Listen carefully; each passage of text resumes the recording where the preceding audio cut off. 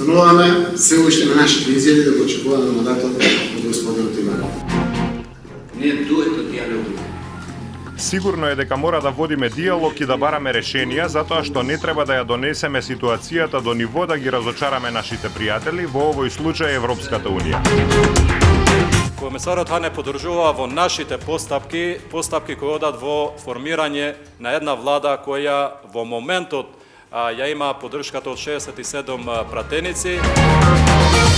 Господинот Иванов, ама како председател на државата, во овој момент што се однесува на мандатот, тој нема право на личен став, него е должен да го дава мандатот на тој што ќе обезбеди мнозинство.